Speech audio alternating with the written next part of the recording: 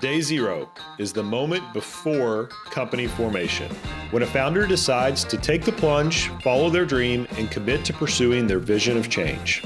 On day zero, you'll hear founders tell their story.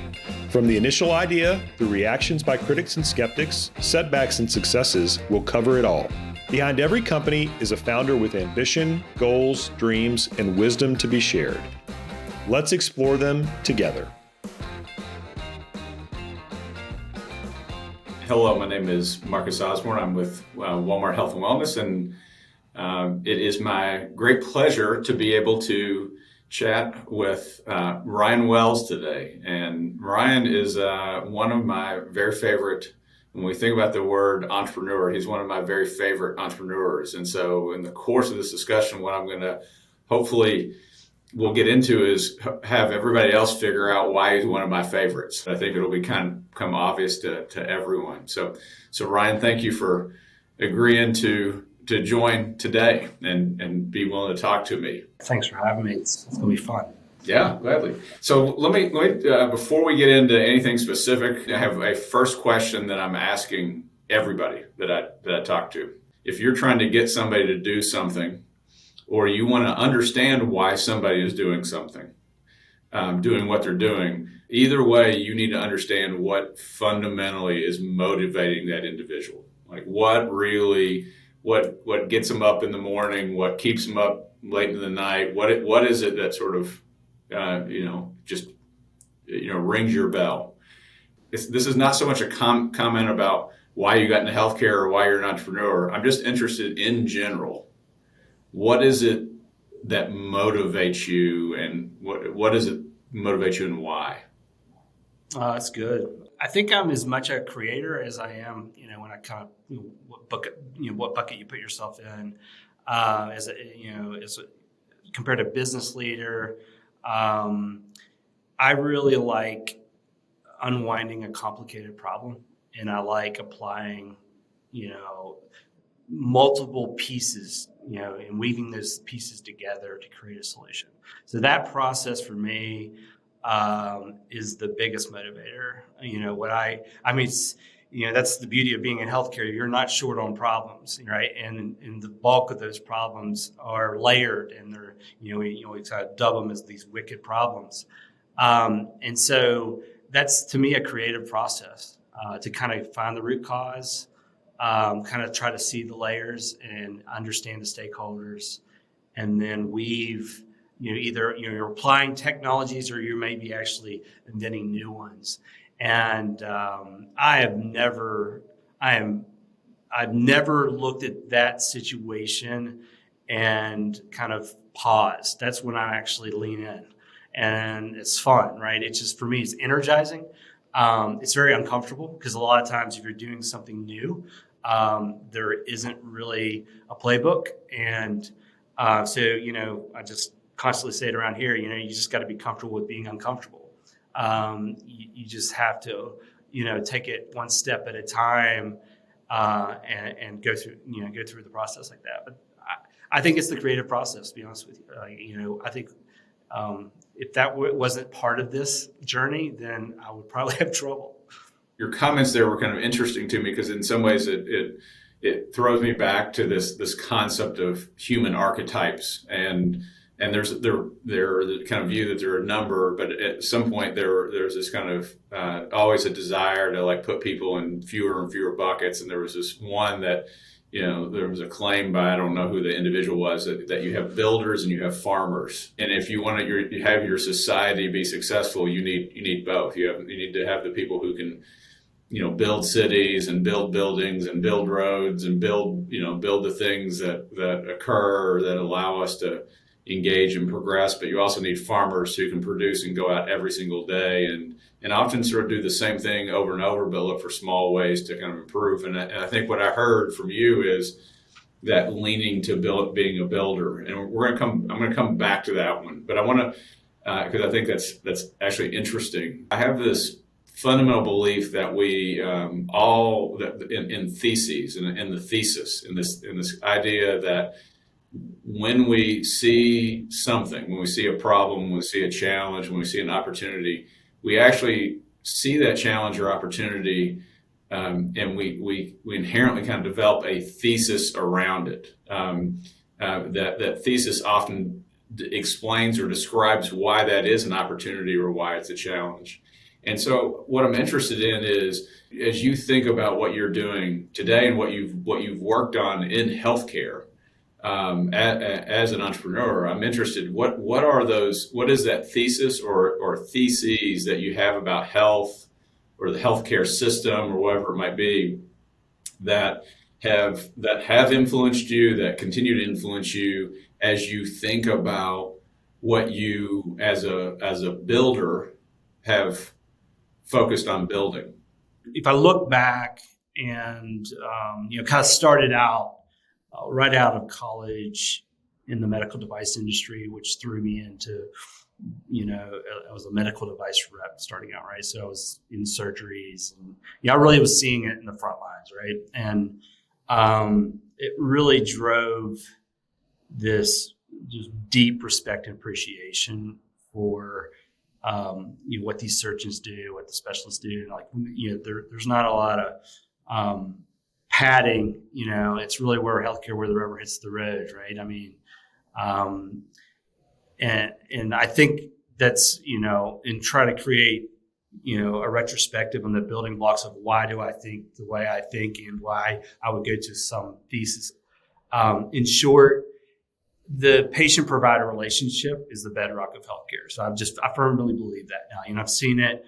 I've seen healthcare from multiple lenses over the years, and it's just a complicated environment. But that relationship, is a pure relationship, rooted in trust between that patient and provider. And I think the noise around healthcare is what disrupts that, right? So for me, I just thought it was a very interesting challenge to make that relationship as pure as possible and get the noise away. And I think the best technologies can do that. You really may not even really think of the technology, but if it connects people and builds trust and makes things makes events frictionless, that to me is very exciting. And making things simple is a great challenge, and I think that's about as clear as I can piece that together.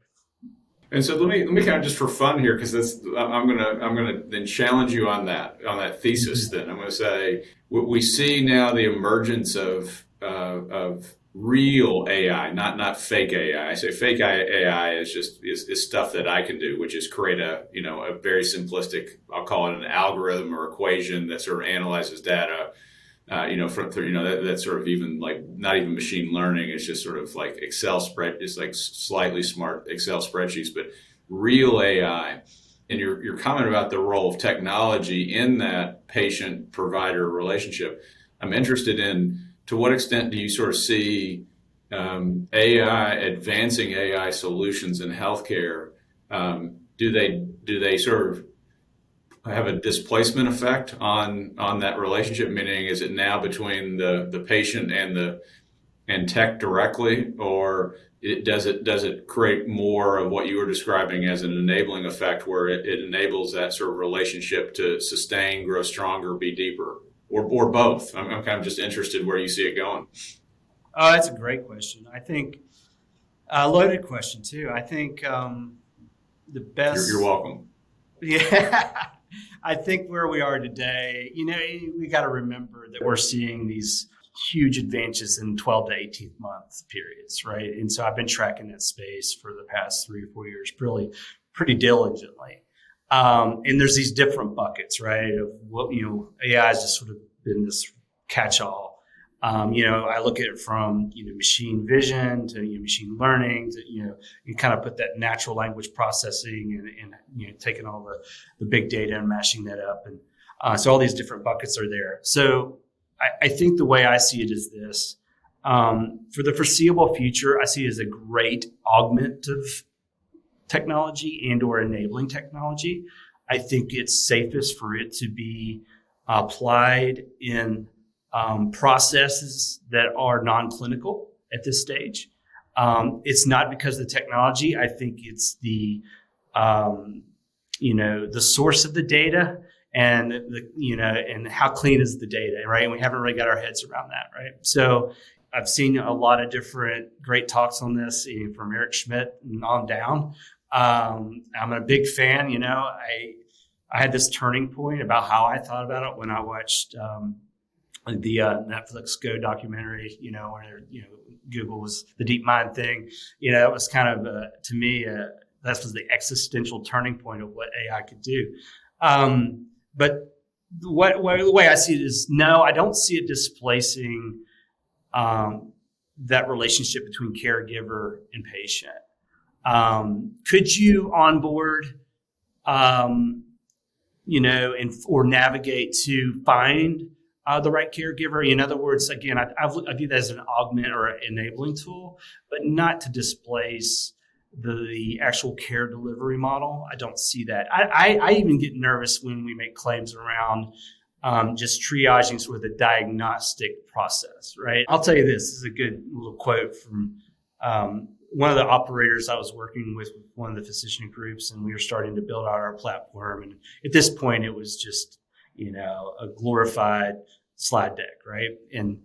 And there's a lot of moving pieces that haven't been done yet. And he's just really doubtful. And I'm like, this is right when SpaceX just had the rockets, landing in synchronicity onto the pads, which I just thought was the coolest visual I've seen in a long time. And I was saying something like, surely if, SpaceX can autonomously land 2 rockets at the same time, we can, onboard a patient and go through this process. He goes, there's not a patient on that rocket. And so I always that's great. It's like you're adding this new variable, and you can really have this great technology. And then when you apply the human variable and all the complexities around, what that might mean, that's a humbling piece, right? So that's kind of how I view it. I'm a tech junkie when it comes to something like that, right? I really want to apply it. But you can't be a technology looking for a problem. It just has to slap you in the face and like, oh yes, there's the fit. We've applied several layers more on the machine vision and machine learning piece, but like we tried to train up sort of a chat bot and doing mechanical Turks and getting utterances, and I'm like, man, we're years away from that. I don't even know if we're ready for that culturally. It's funny, you unintentionally hit on one of the things that when people ask me what advice do I give to entrepreneurs, there's a few things that I have, and one of them is stay away from the temptation to build the thing that really excites you, the build it and they will come mentality. What I will honestly tell you is I've never seen build it and they will come work, right? Yeah. Ever. And even in Walmart, sometimes I see us build things that I'm not certain we ever really assess whether people wanted them. And guess what we do? We put them on the shelf and they don't sell, right? So I think there is kind of this reality of the tension between pushing progress and and meeting people where they are. So one of the things that I've always found frustrating in entrepreneurship is the mythology of the entrepreneur, and the mythology goes something like this: of two people getting together in a Starbucks and grabbing one of the napkins with a pen and writing down some business plan, and they walk out of there, and then with just deep vim and vigor, they go about executing that business plan, and they don't let anybody get in their way, and they don't let anybody tell them no, and they don't let anybody kind of stop or sway them or those kind of things. The greatest entrepreneurs are the most pragmatic, or the most flexible, or are about learning and taking that learning and having it transform what they do. But I'm interested, when you think about entrepreneurship and being successful as an entrepreneur, how much of it is kind of the doggedness, the kind of, the just stick-to-itness that I've heard people use that term, versus the sort of the being pragmatic, being open to evolution, being open to change. Where do you kind of stand on it, and how has your experience in your current business and what you've done entrepreneurially overall, how has that kind of informed your view on entrepreneurship?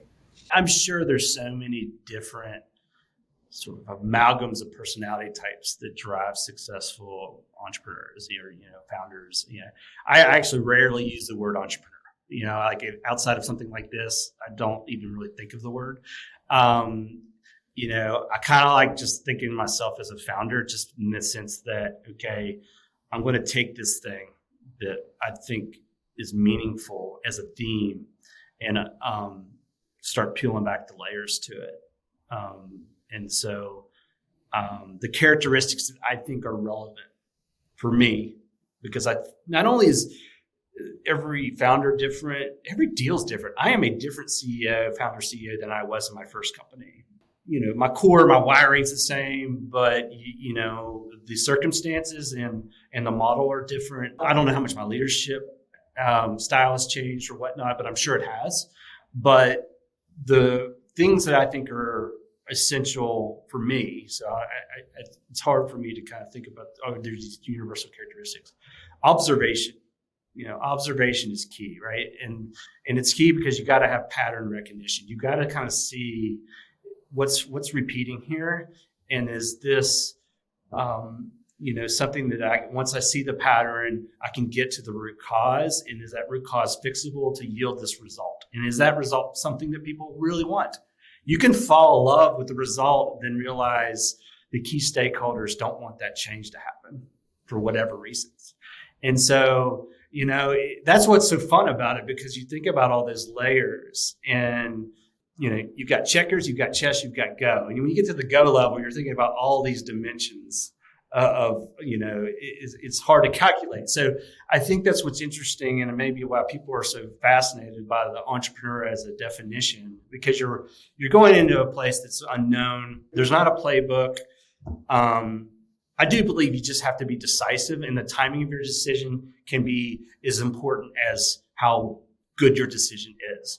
I'm pretty comfortable with making decisions quickly, because I think almost like 80% of them, it's very rare that you can't unwind a bad decision. Now there's some critical stages, and you're like, I look back like, oh wow, blew that one. But there were also things that led up to it. It gets back to my whole be comfortable with being uncomfortable. You have to just sort of be willing to sit on the fringe there. I recently met Jim McElvey, co-founder of Square. We just closed a round, and he's a GP, and he had just written this book, Innovator Stack, and he's really does this great job of talking about the genesis of Square. And they didn't know it at the time, but he's kind of dubbed this process as the Innovator Stack. It's problem, solution, problem, solution, problem. It's not like once you solve one problem and you have the solution that nothing else is going to follow. And so I think there's some folks that are going to be really frustrated once they solve the first problem and realize there's five more. You got the solution in place, and then all it does is really unveil five more problems, but that's the stack, right? So if you can go and continue to build out to where effectively you're building a platform and or ecosystem. He references that story as compared to, Amazon basically copied, the Square, and, could have crushed them, on every level with financial power, exposure to, but they didn't have the stack, right? They were just going for the one slice of how, someone interacts to do a credit card transaction from a small business perspective. It's stuff like that I find so interesting that I don't really spend time thinking about. But, if you ask the question, it's fun to kind of, what does that really mean? And what characteristics drive that process? I've just been sort of doing things project oriented, building things since I was as young as I can remember, right? I wouldn't have self-described myself like that outside of, I wanted to be an architect when I was in sixth grade, and somehow, I veered away from that at some point. But my wife still tells me that she thinks that I will go back to doing that at some point. So I was talking to somebody about an individual that I'm friends with, about a founder that we both know. And I won't name this founder, but I will tell you that the conversation, that our interaction with this founder is this individual who's founded a company and who's founded a startup, and that I think the startup is going reasonably well. It's moving along, and it looks like their own personal health has that they've struggled with it for any number of reasons. And some of it is, this belief that I took this money from these venture capitalists and I'm afraid I'm going to screw up their investment, or I've hired all these people and I'm afraid that I'm going to screw up the company. And they're, and so this is a bit of a paradox. I mean, you want, that need to have that level of ownership and what you're doing, to be that sort of committed, but at the same time, you describe some of that as, you used the word, I think maybe you used it at least 3 times, and maybe you said it 4 times there, fun. Yeah. I'm like, yeah. What's fun? So help me understand what's actually, why is it fun to you? How has it become fun and not something that causes you to only sleep 3 hours a night and have your hair fall out? Well, first of all, I'll say it's not always fun. I mean, right? It is a high stress journey, and it's long. And I always frame it out as, I kind of think of it like an NFL running back career. I mean, you get past 3 to 5 years, there's some wear and tear that's kicking in from those nights, and you're processing things. And I think it takes a village of support too. I think you have to have people around you that, really honor that journey. And you have to also honor the fact that all these folks are supporting you. So I think that's important to be said for anybody that's thinking about taking that journey. I think what's really resonates with me when you start thinking about when you take on outside capital, and this is for me personally, I burden that weight tremendously. Like taking other people's money, it's always been this weird dynamic for me, right? It's great because it's a catalyst for growth, and you can do so many things. On this one, I actually held off quite a long time. And, I was fortunate enough to have an exit, have the, some resources to do that. The genesis of doing that was, I was kind of had this idea of it's kind of like I'm buying this artistic freedom, right? Because I'm not really beholden to any vantage point other than my own for X amount of time. Outside of a couple, I would kind of call super angels that just really knew me, just knew, really they were betting on me versus where we were at that time, 100%, right? And so there's got to be a lot of humility in that early journey, because I just think there's got to be very few deals that really crushed it, nailed that whole model early.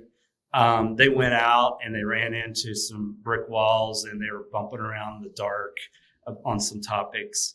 And you just have to recognize, again, there's your pattern recognition. If it happens once, okay. If it happens twice, now it's 3 or 4. Wait, something's just not right. It's not because we aren't working hard enough or not working smart enough. There's something wrong here. But then you have to shift gears, because you might have the right solution, but the market may not recognize it as such yet. So that's there's this shift, right, of converting mindset on thinking new versus the old way we did things. So I think there's a really complicated relationship there from building out a solution, that's scalable, that solves these problems, and then making sure the market understands the solution in a new paradigm, right? It might, because especially in healthcare, because healthcare providers specifically are entrenched in their workflows, not because they choose it, because that's what's been dictated to them by the ecosystem, right? Whether it be the EMR workflow, regulatory, FDA, all these outside pressures really define workflows. And so for you to come in, you might have this whiz-bang technology that really will change their flow and make a better world, but it breaks the ecosystem, rule set, let's say. You got to recognize that. And so you have to understand can that be broken? Should it be broken? And did we do the right things to fix it? And it's an interesting balance between being humble and then also seeing a vision that okay, there is a new world that looks so different. Can we shift the mindset to get there? There was an individual, Greg Ferran, who was the CEO of Walmart US a few years ago. He always had this quote. It sounds a little hokey, but I absolutely love it, which is you get 1 point for talking about it and 9 points for doing it. But embedded in that is also a commentary about what's hard, meaning the reason why you get more points for doing it is because the doing it is hard. And in some ways, the doing it is where you're more likely to fail. And, if you talk about it, you really can't fail. So that's the upside.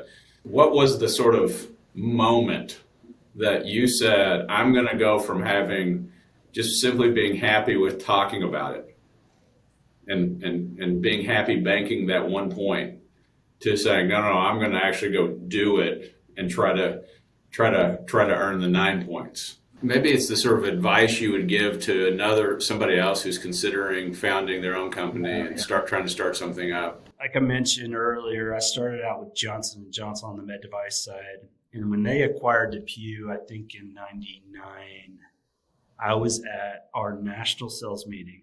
And I should mention that journey was a great precursor, because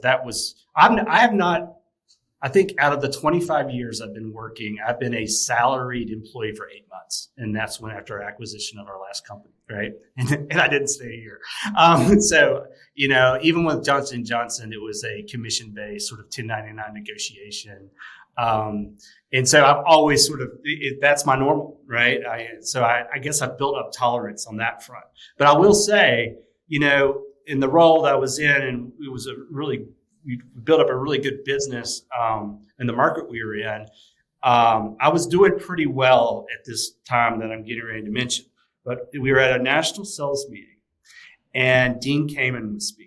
And Dean Kamen doesn't really do a lot of public speaking. So Dean Kamen, DECA, Segway, the iBot. And I think the only reason he actually spoke is because J&J had put like $50 million into the iBot. And so it's basically like, Dean, can you go speak to these guys? So this was definitely a moment of clarity for me, right? So, he comes out on the Segway and he's telling these great, this is a brilliant engineer, great stories about the innovation cycle, kind of, just like how does he get to this point and what did they do?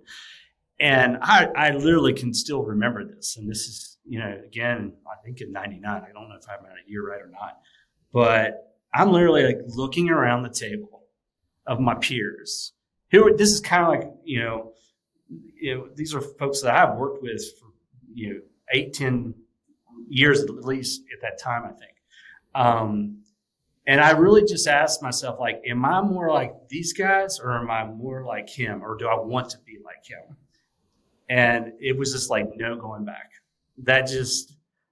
It was sort of ingrained in me. It was like imprinted that this isn't my journey anymore, right? It just wouldn't go away. And so the evolution, I had basically scripted out this whole business model in 2001, but did not act on it until 2007. So you could see there that while it was imprinted, I did have to really coach myself up. Like, can I do this? I mean, why do I deserve the right to go try to build a technology? I got a degree in anthropology. I mean, where is my, credential to go build this new thing that's not there yet in a complicated space? But I couldn't help it. Like, I literally couldn't walk that back. So it was almost like begrudgingly making that stuff. Not like this, woohoo, we're going to do it. But it had to be done. But also, I think on the duality of that, the energy was so high. So it was fun, right? I mean, it was just like the thinking of that, okay, there's a sense of a got to do it. And so to get to the root of your question, what would I tell? I would say, what's the why? I mean, why do you want to do it? And that can be a very, that can be kind of existential, I think. Like, I mean, is there something, the part of you that's just, itching for this, and it doesn't get, and I have folks call me, either friends or, someone that's different stage of career and wants to switch. And you can almost hear it in the person that the why is there. And they may not even recognize it yet, or they're not comfortable with it. And then there's others I talk to that I feel like they're still searching and they don't really know the why. And that's probably that may not have a happy ending. Rock Morphus is one of my mentors and has said this, that he doesn't believe companies fail. He feels like founders give up. And I think there's a lot to be said about that. Well, maybe that's a good place to end it. Let me first, Ryan, thank you for what you're doing. And I think in the story you just shared, it's through conversations like this that I hope that your story acts, in the same way on somebody else that Dean's story acted on you, right? That convinces somebody. Because here's what I do believe, and this is part of the reason I agreed to do this. We got real problems. We got problems in healthcare. We got problems broadly. We got climate change issues. We got any number of challenges that we're facing as a planet, as a species, as a society. And probably the biggest thing that gives me hope is innovators and people willing to take risks to go out and do the crazy things that to build companies and build institutions that are intended to kind of solve these challenges that we face. That's the thing that gives me hope and optimism. And so thanks to what you're doing. Hopefully people will be inspired to step up in the way that you stepped up. And I appreciate you sharing your story today. Thank you. Well, thanks for having me. It's fun.